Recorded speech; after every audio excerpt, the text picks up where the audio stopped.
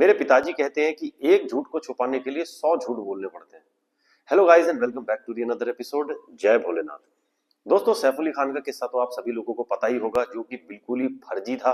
उसके घर में कोई आया नहीं, कोई कोई चोर नहीं आया, कोई हमला नहीं हुआ, कुछ नहीं हुआ, क्योंकि वो पॉसिबल ही नहीं था कि उसके घर में कोई इतनी सिक्योरिटी को चीर के चला जाए या 10 माले तक पाइप चढ़ के चला जाए। इतना पॉसिबल ही नहीं है किसी के लिए करना। और फिर इतना हट्टा कट्टा बलशाली 50-60 बकरे खाया हुआ आदमी, इतना पलीत का पलीत, बॉडी शॉडी बना रखी, सब कुछ है, और एक वो सिंगल पसली बंदा उसे चाकू से 6 बार वार कर दे और फिर वो भागने में भी सफल हो जाए। और उसके बाद सैफ अली खान खुद अपने बच्चे को लेकर ऑटो में बैठ के लीलावती हॉस्पिटल जा रहा है। एक भी ड्राइवर को उसने नहीं लिया, कोई भी नौकर नहीं उसके साथ में, किसी के साथ कुछ अनहोनी नहीं हुई, कोई घटना नहीं हुई सिवाय सैफ अली खान के। कोई नौकर तक उसे बचाने नहीं आया था। ये सारे इतने सारे लूप होल्स थे ना, जिसके वजह से मुझे वीडियोस बनाने पड़े कि यार ये बिल्कुल झूठ बोल रहे हैं। और बॉलीवुड से तुम देखो, कोई भी इंसान ने सैफ अली खान के लिए कोई वीडियो नहीं डाला, कोई सिक्योरिटी को लेके किसी ने वीडियो नहीं डाला। क्योंकि यार सिक्योरिटी कंपनी पे कितनी बड़ी बात आ जाती है कि कोई इंसान इतनी इतनी इतनी बड़ी बिल्डिंग, इतनी महंगी बिल्डिंग होने के बावजूद भी कि ऐसे कैसे चला गया। यार यहाँ तो 2-2.5 करोड़, फरीदाबाद जैसी जगह मैं बता रहा हूँ, 2-2.5 करोड़ का भी अगर कोई फ्लैट होता है ना, तो अगर कोई जाता है अंदर मिलने के लिए तो इंटरकॉम पे कॉल की जाती है कि वो फलाना बंदा आपसे मिलने के लिए आया है। या सिक्योरिटी खाली रजिस्टर में एंट्री करने के लिए रखी होगी। चोर तो एंट्री भी नहीं करेगा ना कहीं से रास्ता टाप टूप के ही जाएगा, कोई दीवार या गेट क्रैश करके ही जाएगा। चोर तो ऐसे जाएगा नहीं। तो ये पॉसिबल ही नहीं था। सारे सीसीटीवी खराब हो जाना, ये पॉसिबल ही नहीं था। तो पॉसिबल था क्या? सैफ अली खान का 5 दिन में इतनी गहरी गंभीर चोट से ठीक हो जाना, फट से रिकवर हो जाना, एक बैंडेड लगा के गर्दन पे चला रहा, लग रहा सोच रहा होगा दुनिया तो चूती है, इन्हें क्या ही पता चलेगा, कुछ भी बक देंगे, कुछ भी कहानी गा देंगे। तो एक नई कहानी और बड़ी दिलचस्प कहानी अभी निकल कर आई है। काफी टाइम पहले एक कहानी और निकल कर आई थी इनकी, अभी तो पता नहीं कितनी और निकल के आनी बाकी है। एक कहानी ये निकल कर आई थी कि यार वो उसका कोई प्रॉपर्टी डिस्प्यूट का मामला था, 15-16 हजार करोड़ की प्रॉपर्टी का मामला था, वो निकल कर आया था। किसी ने मेरे पास भी वीडियो ही भेजा था, मैंने भी देखा था, थोड़ा आर्टिकल भी था उसके बारे में, मैंने पढ़ा भी था। लेकिन अभी जो एक कहानी निकल कर आ रही है वो मुझे काफी हद तक सच्ची लग रही है, असली भी लग रही है। हो सकता है आप लोगों को भी लगे, मुझे कमेंट करके जरूर बताना। तो कहानी ये है, सुनिए। सैफ अली खान और करीना कपूर का उस रात को झगड़ा होता। करीना कपूर घर पे ही थी, कहीं वो पार्टी वार्टी में नहीं गई हुई थी।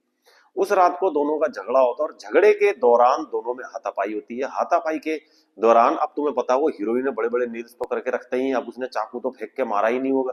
करीना कपूर दारू भी बहुत पीती है, ये तो सबको ही पता है। ये भी कहीं सूत्रों के हवाले से आ रहा है, ये भी कहीं उनके आसपास की ही कहीं से खबर आ रही है। और ये सेम ट्वीट KRK ने भी शेयर किया था कि उस रात सैफ अली खान का झगड़ा हुआ था करीना कपूर से, जिसमें सैफ अली खान को चोट आई और वो चला गया हॉस्पिटल में। अब तुम देखो, इसमें सोचने वाली बात, जब वो हॉस्पिटल गया करीना साथ नहीं थी, उसके बाद भी करीना और वो तुमने देखा दोनों अलग अलग घूम रहे थे।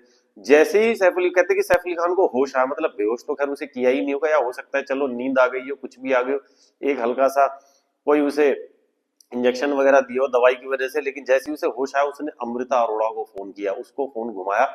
उसने करीना कपूर से मिलने की इच्छा जाहिर नहीं करी। और पूरा, मैं तो सबसे बड़ी बात है कि बॉलीवुड को क्या होता है कि जितने भी लोग ना, इनको सच्ची बात पता होती है, इनको असली बात पता होती है।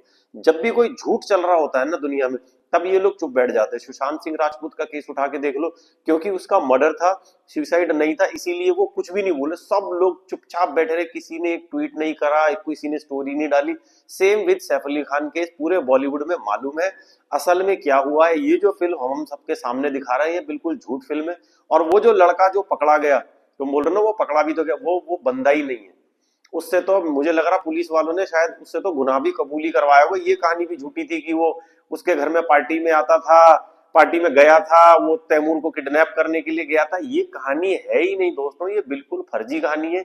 ये अपने ही जाल में धीरे धीरे, मैंने पहले भी बोला था, अपने ही जाल में खुद ही फंस जाएंगे। 100 झूठ को, एक झूठ को छुपाने के लिए, क्योंकि 100 झूठ बोलने पड़ते हैं और एक ना एक दिन सच सामने आ ही जाता है।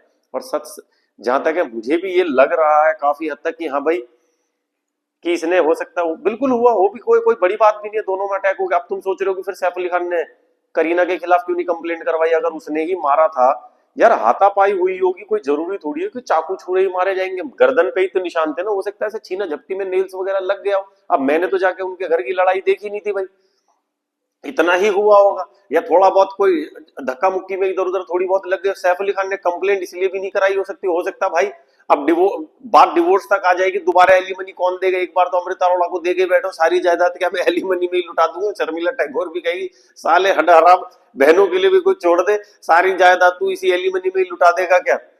तो अब उसके तो बच्चे भी इतने, देखो चार चार तो बच्चे हैं उसके भाई, उनमें भी तो जमीन जायदाद बांटनी, क्या पता जमीन जायदाद के किससे कोई लड़ाई हुई होगी, या कोई अफेयर को लेके लड़ाई हो गई होगी।